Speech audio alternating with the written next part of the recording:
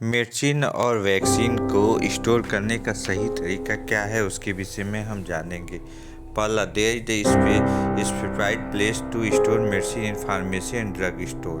Drug store में और pharmacy में या डिस्पेंसिंग काउंटर पर हर दवा का एक प्लेस होना चाहिए, एक स्पेसिफाइड प्लेस होना चाहिए, लेबलिंग होना चाहिए। वो दवा वहीं पर रखें ताकि इजी वे में उसे हम एसेस कर सकें, ले सकें। सेकेंड है, all the slabs racks containing the medicine are labelled in pharmacy and drug store. Pharmacy drug store में सभी जो स्लैब्स हैं, रैक हैं, उसमें दवाइयों का नाम लिखा हो, लेबल किया हो, उसी लेबलिंग के अनुसार दवाइयों का या मेडिसिन का स्टोर हो। Product of similar name and different strain are store separately. ये बहुत इंपॉर्टेंट है। सिमिलर नेम का दवा जिसका स्ट्रेंथ अलग अलग हो, अलग अलग जगह रखना चाहिए। जैसे कुछ एंटीबायोटिक होते हैं पीडिया के, वही सेफ्ट्राइक्सोन है मान लीजिए, वो पीडियाट्रिक के लिए अलग उसका स्ट्रेंथ है और एडल्ट के लिए अलग है, तो दोनों एक साथ ना रखा जाए, उसको अलग अलग रखा जाए ताकि पीडिया का दवा एडल्ट में ना दिया जाए, एडल्ट की दवा पीडिया में ना दिया जाए, ताकि ये गलतियां ना हो। Heavy item are store at the lower shelf or rack. जो हेवी आइटम है, भारी आइटम है, वो सबसे लोअर से रैक पे रखना है, लोअर सबसे नीचे वाले सेल्फ पर रखना है। Fragile item are not store at the edges of the shelf. हमें रैक या सेल्फ के किनारे कोई भी फ्रेजाइल आइटम, मतलब एम्पूल या शीशे की जो भी दवाइयाँ हैं, शीशे के ग्लासवेयर में रखा हुआ हो, तो उसे हमें किनारे नहीं रखना है, क्योंकि वो हाथ से लग कर गिर कर फूट सकता है। फिर है LASA, sound like and look like medicine are store separately in the patient के एरिया एंड फार्मेसी। ये मैं लास्ट वीडियो में भी बताया हूँ कि जो एक जैसे देखने में हो और जो जिसका उच्चारण या बोलने में एक जैसा हो, प्रोनाउंसिएशन एक जैसा हो, उसको अलग अलग रखना है, विशेषकर डिस्पेंसिंग काउंटर पर, ताकि वो गलती से एक जैसे देखने वाली दवा जो है, वो जैसे आपका मेटफॉर्मिन है, पैरासीटामोल, दोनों एक जैसा लगता है। गलती से मेटफॉर्मिन देना हो तो पैरासीटामोल दे दें, पैरासीटामोल देते हैं मेटफॉर्मिन देते हैं जल्दबाजी में, तो ऐसा ना हो। तो देखने में जो दवाइयाँ एक जैसी है उसको भी अलग अलग रखना है, और जिसका उच्चारण या बोलने में जो दवाइयाँ एक जैसी है, खासकर CSC PSC में एक बोलते हैं, दूसरे लोग देते हैं, तो इस तरह से दवाइयाँ दोनों अलग अलग हो। There is separate shelves or rack for storage near expiry drug. ये बहुत इंपॉर्टेंट है। जो भी नियर एक्सपायरी दवाइयाँ हैं जिसकी 3 मंथ एक्सपायरी रही है, उसको अलग से रैक पे रखना है, अलग से उसका सेल्स हो, ताकि उसको पहले हम एक्सपेंस कर सके या डिस्पेंस कर सके। Drug store and pharmacy has system of inventory management. जो हमारा ड्रग स्टोर है या फार्मेसी का जो भी सिस्टम है, वो इन्वेंट्री मैनेजमेंट प्रॉपर हो, मतलब इंडियन से लेकर एक्सपेंस डिस्पेंस तक प्रॉपर उसका मैनेजमेंट हो, उसका इन्वेंट्री मैनेजमेंट प्रॉपर हो, डेली कंज्यूमशन प्रॉपर हो। Drug and consumable are store away from the water and source of direct sunlight. हमारी जो भी दवाइयाँ हैं वो डायरेक्ट सनलाइट से और वाटर के सोर्स से थोड़ा सा दूर, उससे दूरी पर हो, ताकि डायरेक्ट सनलाइट ना पड़े और पानी उस पर ना पड़े, ताकि दवाइयाँ ख़राब ना हो। Drug are not store on the floor and adjacent to wall. कोई भी दवा फ्लोर पर डायरेक्ट नहीं रखना है और दीवार से सटाक नहीं रखना है, क्योंकि अगर फ्लोर पर रखते हैं या दीवार से सटाक रखते, हो सकता है बिल्डिंग में सीलन लग रहा हो, तो उससे दवाइयाँ ख़राब होने की चांसेस काफ़ी रखते हैं। Drug are not store on the floor and adjacent to wall. Next, vaccine are kept in sequence top to bottom.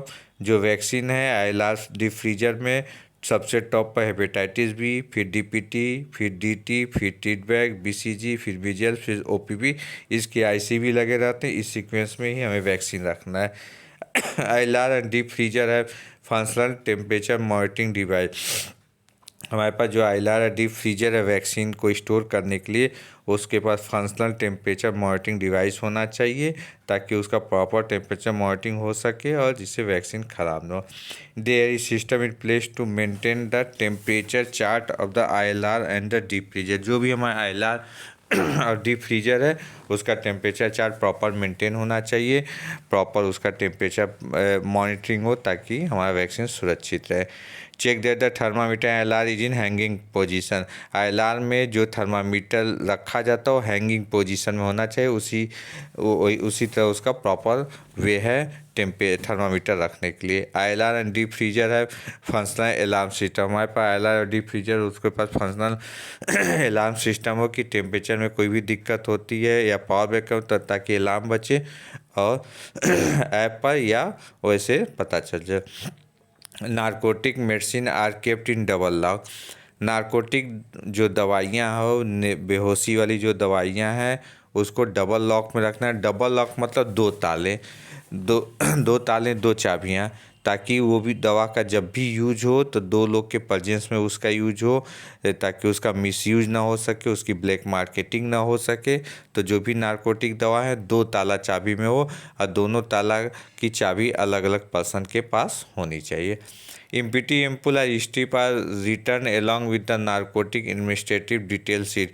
हमारे पास नारकोटिक डिटेल शीट रहती है, जो भी नारकोटिक दवाइयाँ यूज होती है तो उसके जो खाली एम्पुल होते हैं, इम्पिटी एम्पुल होते हैं, उसके साथ रखे जाते हैं ताकि दो लोगों के प्रेजेंस में उसको डिस्कार्ड किया जाए, ताकि हमें उसकी ब्लैक मार्केटिंग या गलत उसका यूज पर रोक लगा सकें हम लोग।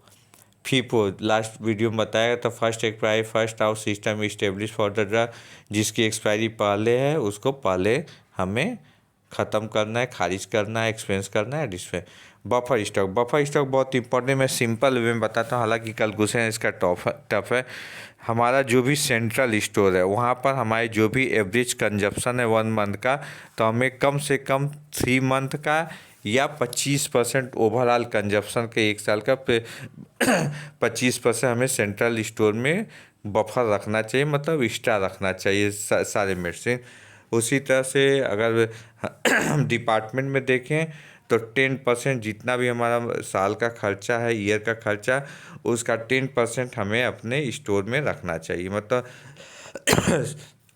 सेंट्रल स्टोर में 25% एक्स्ट्रा दवा रहनी चाहिए हमेशा, कभी भी उससे कम ना हो। और जो डिपार्टमेंटल स्टोर हो, विभागीय स्टोर हो, वहाँ 10%। तो इस तरह से बफर मेंटेन हमें कर रखना है। हालांकि कैलकुलेशन इसका थोड़ा टफ है, लेकिन सिंपल वे में हमें 25% सेंट्रल स्टोर में ज़्यादा दवाइयाँ रखनी चाहिए। जो भी एवरेज कंजप्शन है आप मेरे ईयर पर ईयर अगर 100 टैबलेट पैरासीटामॉल है तो 25 टैबलेट हमारे सेंट्रल स्टोर में ज़रूर रहने चाहिए, और अगर डिपार्टमेंट में विभाग में 10% जरूर लाना चाहिए। तो इस तरह से हमें बफर स्टॉक मेंटेन करके रखना चाहिए।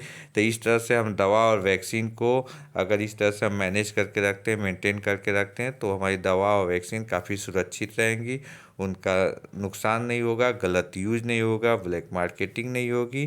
थैंक यू फॉर वॉचिंग मी। आपको अगर वीडियो पसंद आए तो इसको लाइक और सब्सक्राइब जरूर कर दीजिएगा। Thank you.